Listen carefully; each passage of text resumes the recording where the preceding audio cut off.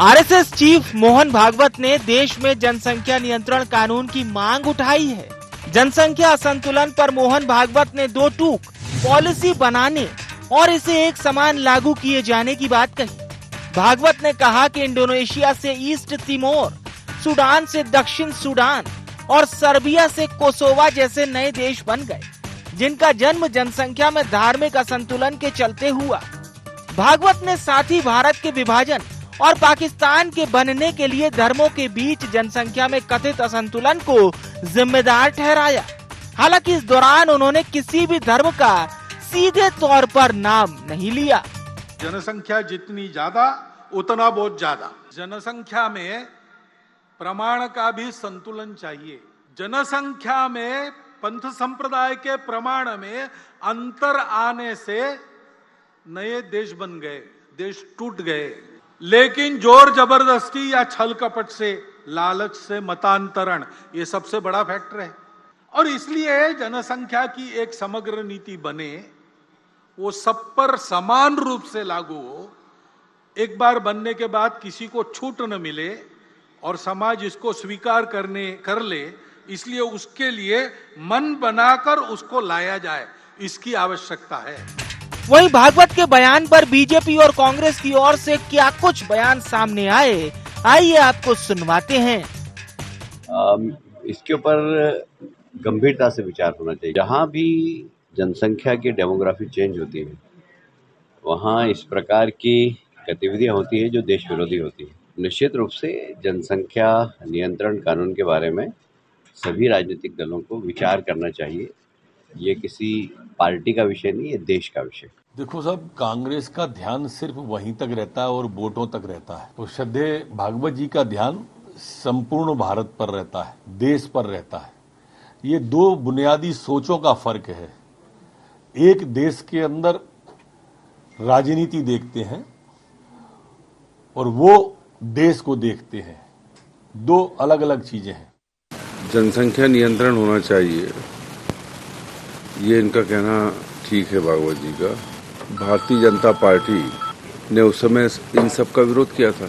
1975 में जब कांग्रेस की सरकार थी तो फैमिली प्लानिंग पे जोर दिया था। जनसंख्या नियंत्रण का जो कांग्रेस की मुहिम थी उसका इन्होंने विरोध किया।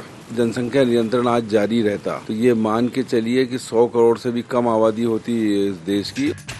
2011 में भारत की कुल आबादी 120 करोड़ थी। इनमें हिंदू करीब 80%, मुसलमानों की आबादी 14.2%, जबकि 1951 में मुसलमानों की जनसंख्या मात्र 3.4 करोड़ हुआ करती थी।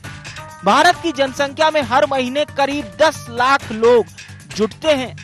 ये रेट लगातार इसी तेजी से चलता रहा तो 2030 में भारत चीन को पछाड़कर सबसे बड़ी आबादी वाला देश बन जाएगा। यूनाइटेड नेशंस पॉपुलेशन फंड के आंकड़ों के मुताबिक दुनिया की कुल आबादी फिलहाल 7 अरब 95 करोड़ 40 लाख है। इस वक्त चीन की आबादी करीब 1 अरब 44 करोड़ है।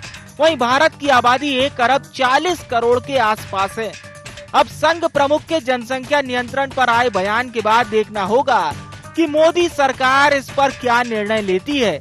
और बड़ा सवाल ये भी कि क्या 2024 से पहले जनसंख्या नियंत्रण देश में एक बड़ा मुद्दा होगा और क्या हमेशा की तरह ही ये मुद्दा सामाजिक उत्थान की बजाय राजनीतिक उत्थान के लिए होगा, ये देखने वाली बात होगी। Bureau report, IND 24।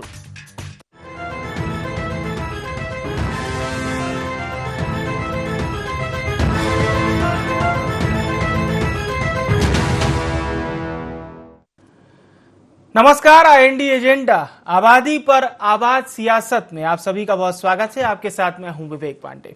आज चर्चा होगी संघ प्रमुख मोहन भागवत के उस बयान की जिसमें उन्होंने कहा है कि देश में जनसंख्या निरोधक कानून लाना चाहिए।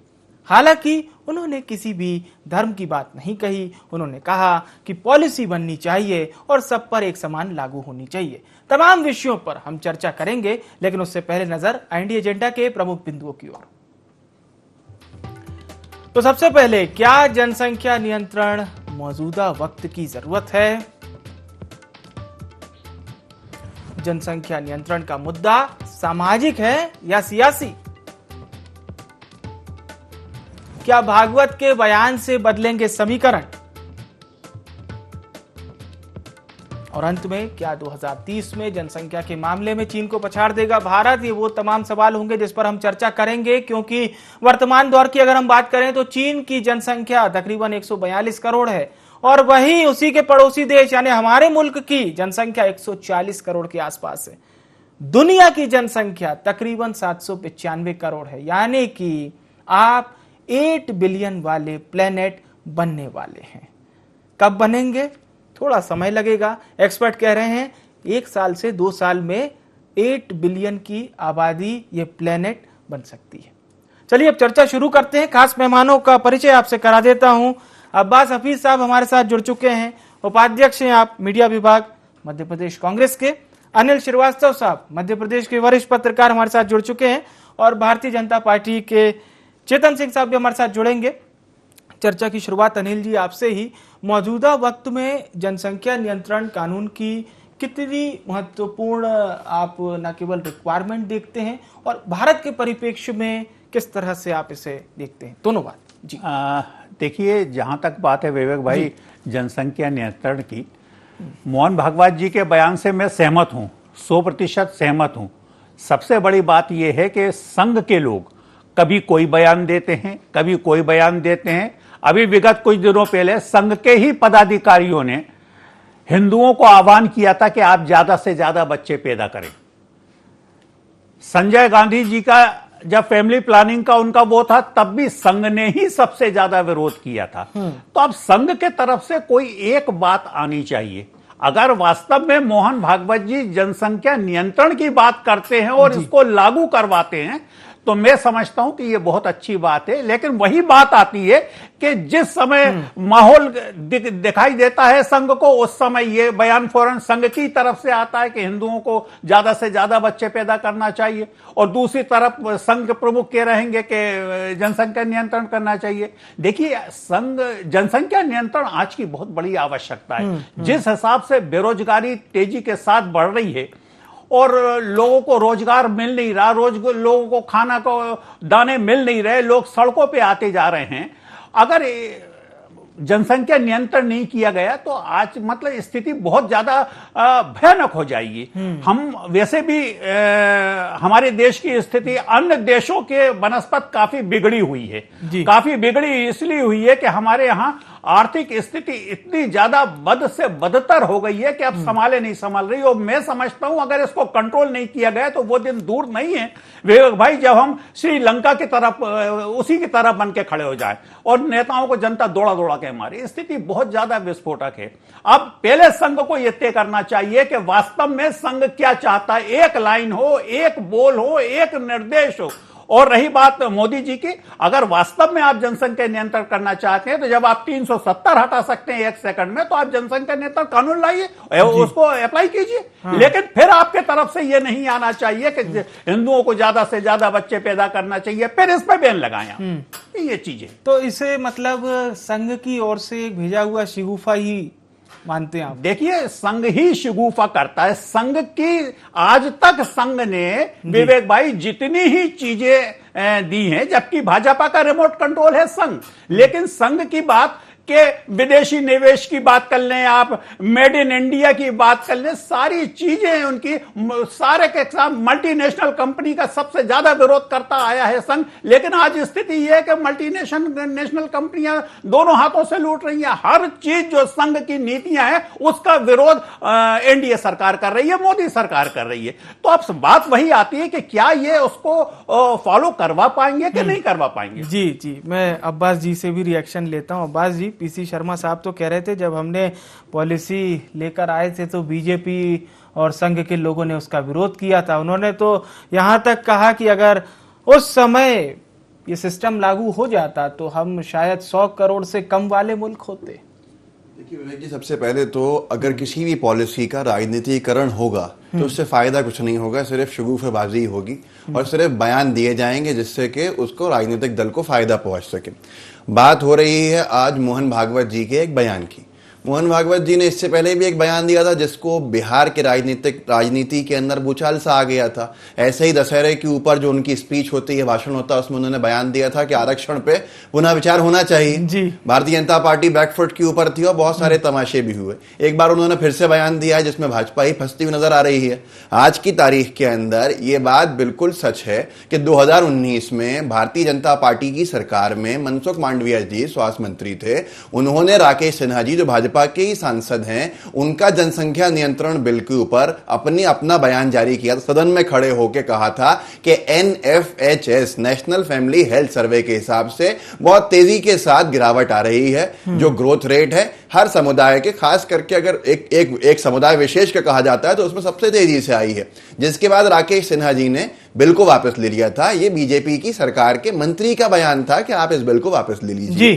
फिर उसके बाद रवि किशन जी आते हैं, भाजपा के सांसद जी लाते हैं जनसंख्या नियंत्रण बिल। विश्वगुरु बनने की कगार के अंदर हमें यह करना पड़ेगा। जिनके खुद 4 बच्चे हैं, 3 बेटियां हैं और 1 पुत्र है। पुत्र मोह के अंदर कहां पहुंचाया उन्होंने देश को, वो भी जानते हैं और हम भी जानते हैं। अगर ऐसे लोग, पढ़े लिखे लोग जो समाज के अंदर एक जाने माने जाते हैं, वो अगर इस तरह के हैं और खुद उसके ऊपर राजनीति करने के लिए आगे आ रहे हैं, तो फिर आप जो अशिक्षित लोग हैं, जो गरीब लोग हैं, उनसे क्या अपेक्षा करते हैं। उसके बाद अगर आप पुरानी बात करें, कांग्रेस पार्टी ने तो विरोध नहीं किया। भाजपा का इतिहास रहा है विरोध करने का। कांग्रेस पार्टी की 1992 में नरसिम्हा राव सरकार के अंदर अमेंडमेंट्स लाके रखे गए, लेकिन उसका जो विरोध विपक्ष ने किया उसके बाद वो लागू आज तक नहीं हुआ, पेंडिंग आज तक। लागू कर दीजिए उनको। अगर आगे की बात करें तो ये भी बहुत बड़ा सच है कि ये सिर्फ राजनीतिक बयानबाजी है। मोदी जी ने ही भाषण दिया था कि जनसंख्या विस्फोट सरकार की नाकामी है, कि सरकार उसको बहाना बना रही है जिसके ऊपर सरकार की संस्थाएं कह रही हैं कि डिक्लाइन आया और नहीं आया है तो आप लागू कीजिए, टेबल कीजिए बिल को। आखिरी बात कहूंगा अपनी कि भाजपा किस मुंह से करेगी लागू।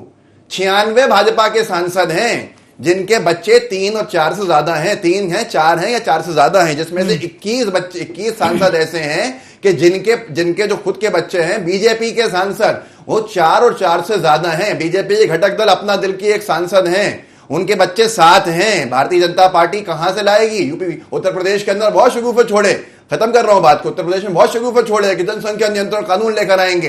50% बीजेपी के विधायक वो हैं जिनके या तो 3 बच्चे हैं या 3 से ज्यादा हैं, यहां तक के 7 बच्चे भी हैं। तो ये बीजेपी किस मुंह से करेगी, ये भाजपा खुद बता दे। ये इस पर राजनीति नहीं होनी चाहिए। अगर NFHS के सर्वे जो आंकड़े जो है गलत है तो फिर जनसंख्या नियंत्रण कानून को टेबल कीजिए। चेतन जी, अब्बास जी ने तो जो क्रिकेट की भाषा में बोलते हैं बड़ी ही सधी शुरुआत की है और पूरे डेटा लेकर आए हैं आज अब्बास जी। तो देखिए, अब्बास जी नहीं, पूरी कांग्रेस डेटा लेकर के आए और हम तो उसका वेलकम करेंगे। अगर कांग्रेस में नैतिकता है तो कहे कि हम मोहन भागवत की बात कही वो देश हित में, हम उसका समर्थन करते हैं। भारतीय जनता पार्टी लेकर के आए, हम उसको सदनों में समर्थन करते हैं। अगर ये बात कर कांग्रेस पार्टी के निश्चित रूप से उसका लोग वेलकम करेंगे। और ये भी जो मेरे कह रहे हैं कि भारतीय जनता पार्टी जो करती, भारतीय जनता पार्टी किस मुंह से लागू करेगी, में दूध का दूध पानी का पानी हो जाएगा। आज सवाल केवल इसको राजनीतिक रूप से मैं आप पे आरोप लगा दूं, आप मुझ पर लगा दो, इतना ही नहीं है। देश की जो अर्थव्यवस्था है, देश के जो प्राकृतिक संसाधन है, देश के प्राकृतिक संसाधनों की पूर्ति के लिए हम क्या क्या चीजें किन किन देशों से ला करके देश के लोगों की आवश्यकताओं की पूर्ति करें, हमको गंभीरता के साथ इस पर विचार करना चाहिए। आदरणीय मोहन भागवत जी ने कोई हवा में बातें नहीं की। आदरणीय मोहन भागवत जी ने जो कहा है वो सूडान का उदाहरण दिया, उन्होंने लीबिया का उदाहरण दिया, उन्होंने यमन का दिया है, उन्होंने इंडोनेशिया का दिया है, अनेक देशों के उन्होंने उदाहरण दिए। और वो उदाहरण आप हिंदुस्तान में भी जो बॉर्डर पर लगे हुए हमारे अपनी सीमाएं हैं, जो दूसरे देश के साथ जो टच करती हैं, आप देख लीजिए जाकर के, सारा सामाजिक संतुलन आम हिंदुस्तानी वहां पर कम हुआ है। हिंदुस्तान में वो किसी भी जात, धर्म, पंथ, मजहब का आदमी हो, मैं सबकी बात कर रहा हूँ, कम हुआ है। क्यों कम हुआ भैया? क्योंकि घुसपैठ बढ़ी है। अब आप ये कहोगे कि 8 साल से हमारी सरकार है, हमने घुसपैठ को कितना रोका। ये देश जब आजाद हुआ था तब इसकी पॉपुलेशन कितनी थी, आज देश की पॉपुलेशन कितनी है? और देश की पॉपुलेशन को तो छोड़िए, देश के जो लोग आर्थिक रूप से इन बातों का सर्वे करते हैं, आज जैसे हम अमेरिका की बात करें, अमेरिका हमेशा अपने 500 साल की प्लानिंग करके चला। वो आज भी उसका क्रूड ऑयल वो उपयोग नहीं करता है, वो खाड़ी के देशों से लेकर के उपयोग करता है। आज भी लोहे का अधिकतम आयात अमेरिका अपना लो ऐसे बचाने के लिए दूसरी कंट्री से कर रहा है, ऑस्ट्रेलिया से लेकर के कर रहा है। क्या है हिंदुस्तान और हिंदुस्तान के लोगों की, आप 500 साल तो छोड़ो, 50 साल की सोच है क्या? आज हिंदुस्तान की पॉपुलेशन 140 करोड़ हो गई, चाइना की 144 करोड़। अगर हम बात करते हैं तो लोग कहते हैं कि चाइना की पॉपुलेशन हमसे ज्यादा है। चाइना हमसे 300 गुना बड़ा है, ये क्यों नहीं बताया जाता है? चाइना और भारत के क्षेत्रफल में जमीन और आसमान का अंतर है। क्या इतना जनसंख्या में अंतर है क्या हमारे पास? चाइना को लेकर के जिस तरह का लोग भारत में बवाल मचाते हैं, मैं समझता हूँ चाइना की कई नीतियां हमको उंगली दिखा करके सीखने की भी राह दिखाती है। आज जो उनका श्रम है, आज जो उनका कौशल है, आज जो उनकी लेबर है, आज जो काम के प्रति उनका समर्पण है, क्या हम हिंदुस्तानी वापस करवाया संसद का बिल हम पे चल करके आएगा? आप कहते हो मोहन भागवत जी ने कहा तो भारतीय जनता पार्टी के इतने बच्चे, अरे भैया ये बच्चों को अगर रोकने की बातचीत की चिंता थी तो आपकी सरकार लेकर के बुलाती ना। आज देश में एक सेकंड आज देश में सामाजिक संतुलन बिगड़ रहा है, प्राकृतिक संतुलन बिगड़ रहा है, पर्यावरण की गंभीर समस्या इस देश की पॉपुलेशन के कारण। ने आपके ही अरे आप मैं आपको बीच में इंटरप्ट नहीं कर रहा। अरे आप दाएं बाएं मत जाइए, आप इस पे दाएं बाएं मत जाइए। अभी जो रिपोर्ट से मैं तो उसकी बात कर रहा हूँ। आज हमारा बढ़ती हुई आबादी को लेकर के टेम्परेचर इस धरती का बढ़ रहा है, हमारा वन क्षेत्र कम हो रहा है, हमारा कृषि का रकबा घटता हुआ जा रहा है। क्या इन सब चीजों बातों का कोई अध्ययन नहीं करेंगे? आज देश की आवश्यकता है, आज देश की आवश्यकता आदरणीय मोहन भागवत जी ने जो बातें रखी है वे देश हित को लेकर के रखी हुई, भारतीय जनता पार्टी को लेकर के नहीं रखी है। देश में आप भी हो, देश में मैं भी हूँ, देश में भाजपा भी है, देश में कांग्रेस भी है, देश में अन्य राजनीतिक दल है। क्या हम सबको देश हित के लिए राजनीतिक जनसंख्या नियंत्रण बहुत जरूरी है। यही बात चेतन जी भी कह रहे हैं, अब्बास जी भी कह रहे हैं और अनिल जी भी कह रहे हैं। अनिल जी, जो उदाहरण मोहन भागवत जी ने दिए 3 कंट्रीज के, सूडान का उदाहरण दिया, इंडोनेशिया का दिया, उनका ये कहना है कि धार्मिक विघटन के आधार पर एक देश से दूसरा देश बना। क्या भारत में भी ऐसी स्थिति हो सकती है?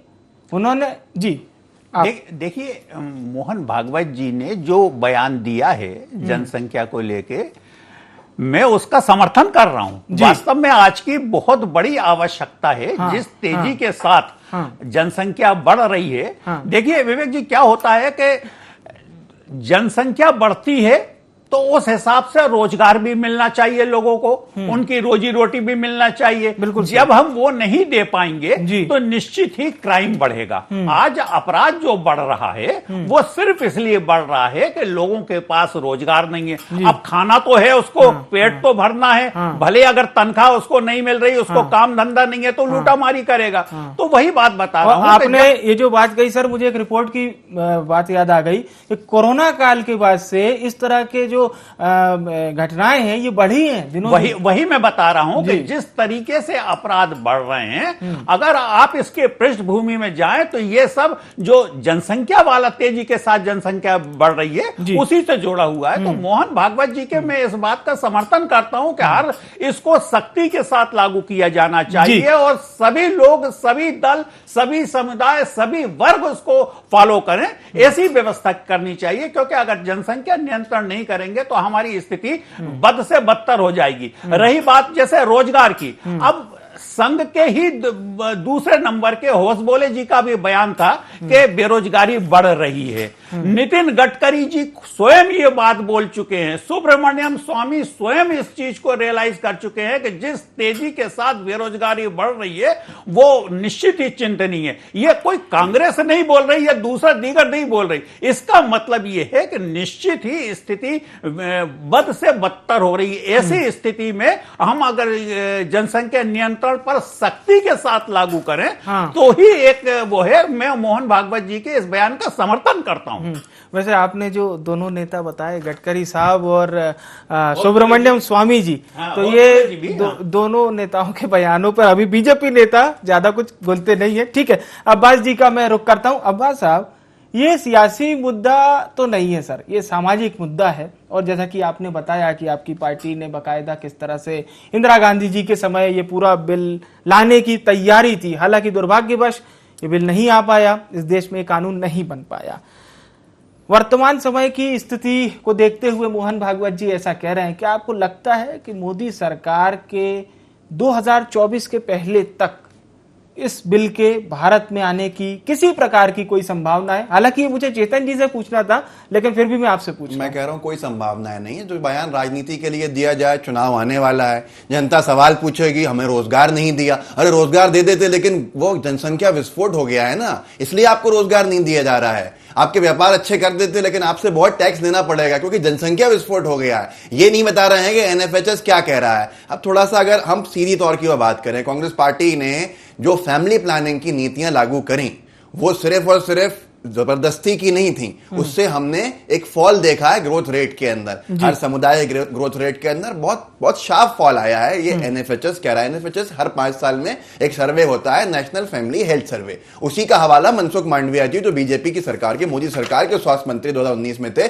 उन्होंने देकर इस बिल को रद्द करवाया था, जो बिल टेबल किया था प्राइवेट मेंबर बिल के तौर के ऊपर राकेश सिन्हा बीजेपी के सांसद जी ने। अब सवाल उठता है, एक बात का हवाला देती है सरकार हमेशा, आईसीपीडी का। आईसीपीडी है international conference of population and development, अंतरराष्ट्रीय ट्रीटीज हैं जिसके अंदर, जिसमें सरकार का कहना होता है कि हम ये लागू नहीं कर सकते हैं। तो एक तरफ राजनीति चल रही है, दूसरी तरफ इन सारे की सारी ट्रीटीज का हवाला दिया जाता है। और सन 2000 के अंदर अरुण जेटली जी मंत्री हुआ करते थे, उस वक्त तो एक पूरे की पूरी संस्था ने उनको एक रिसर्च पेपर ला के दिया था, बहुत लंबा चौड़ा था, उन्होंने टेबल भी नहीं किया उसको आज तक। अंतिम चीज कहूंगा, क्योंकि आपके पैकेज में बार बार चल रही है और ये दुष्प्रचार होता है। 1951 के अंदर मुस्लिम समुदाय की जनसंख्या सेंसस के हिसाब से इतनी थी और अगले सेंसस के अंदर बहुत बढ़ गई। ये राजनीति करने का एक तरीका है। क्यों है? क्योंकि ये नहीं बताया जाता है कि 1951 में कश्मीर जो मुस्लिम बहुल राज्य था, उसकी जनसंख्या को सेंसस में नहीं लिया गया था। अगले सेंसस के अंदर वो सीधे तौर के ऊपर जोड़ा था, तो जनसंख्या बढ़ेगी, अनुपात में बढ़ेंगे, अनुपात में कम होंगे। तो इसको धर्म और सब चीजों से अलग रख के अगर आप फैमिली प्लानिंग, यही सारे एक्सपर्ट्स राय देते हैं कि एक फैमिली प्लानिंग अवेयरनेस को और बढ़ाएंगे तो और फॉल आएगा। लेकिन अगर राजनीति मकसद बन जाएगा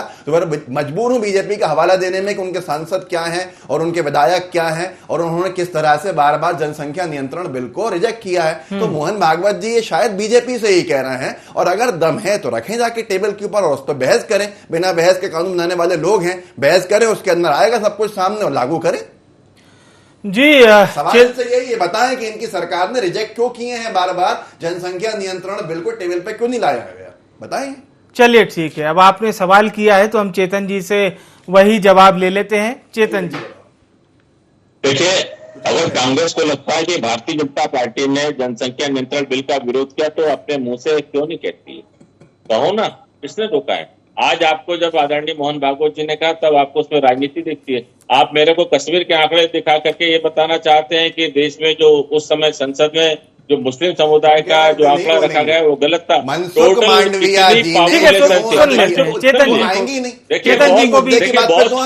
बहुत सपाट बात है, सुन लीजिए कि इस देश में सबसे पहले अगर आवश्यकता है तो जनसंख्या नियंत्रण और घुसपैठ, अगर हिंदुस्तान में चाहे मेरी सरकार हो चाहे सरकार किसी की भी हो, देश के ऊपर कोई भी सरकारें नहीं होती। इसलिए ये देश की आवश्यकता है। जिस बात को लेकर के कल माननीय मोहन भागवत जी ने जो बातें रखी हैं, जिन बातों की तरफ इशारा किया है, क्यों मनसुखिया जी के स्वास्थ्य मंत्री आपके कानून करने वाले राकेश सिन्हा, लेकिन एनएफएचएस का हवाला देकर उसको वापस करवाया जाता है। 2019 में जनसंख्या नियंत्रण बिल आ जाता है, इन्होंने क्यों वापस करवाया? ये नाम नहीं ले रहे हैं अपने स्वास्थ्य मंत्री का, क्योंकि ये मालूम है कि चोर की गाड़ी में तिनका है, करना लागू है नहीं, सिर्फ राजनीति करने के लिए बयानबाजी करो। आप मुझे जवाब दीजिए, मनसुख मांडविया जी बीजेपी सरकार के मंत्री हैं, उन्होंने क्यों वापस करवाया राकेश सिन्हा का ड्राफ्ट? बताइए ना, क्यों आपने क्या हवाले दिए थे? एनएफएचएस वहां क्यों आ गया था? उन्होंने क्यों कहा था कि नहीं बढ़ रही है जनसंख्या? ये बयान आपके खुद की सरकार के मंत्री के बयान, आप जवाब दीजिए ना उसके ऊपर। विषय से इसी तरह बातते हैं, ये विषय भाग आप रहे हो। मेरा सीधा सीधा सवाल है जिसका जवाब आपके पास नहीं है। मोदी सरकार के स्वास्थ्य मंत्री ने जनसंख्या नियंत्रण कानून बिल को वापस क्यों करवाया? इस तरह से जवाब दीजिए। तुष्टीकरण की नीतियां करती थी, तुष्टीकरण के आधार पे वोट बैंक तैयार करती थी। जवाब नहीं है। इस पूरे डिबेट में बीजेपी की फजीहत इसी चीज से है कि बीजेपी का जवाब ही नहीं है कि चलिए वो अपना करवाया नहीं है।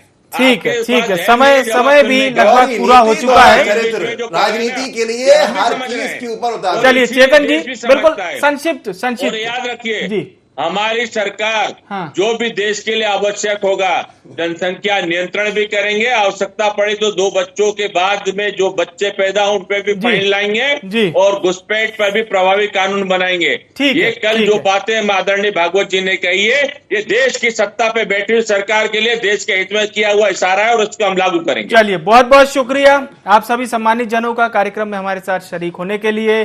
चर्चा यही हो रही थी कि क्या आबादी पर सियासत आबाद रहेगी।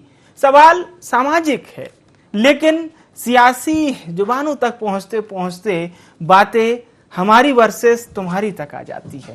पर पार्टियों को यह पता होना चाहिए, ये जानना भी चाहिए और ये मानना भी चाहिए कि यह मुद्दा पूर्णतः सामाजिक है। यदि जनसंख्या निषेध कानून इस देश में आता है तो इससे फायदा इस देश का होगा, इस देश के लोगों का होगा। ये बात पार्टियों को जरूर याद रखनी चाहिए। फिलहाल के लिए इंडिया एजेंडा में इतना ही। मुझे यानी विवेक को दीजिए इजाजत। नमस्कार।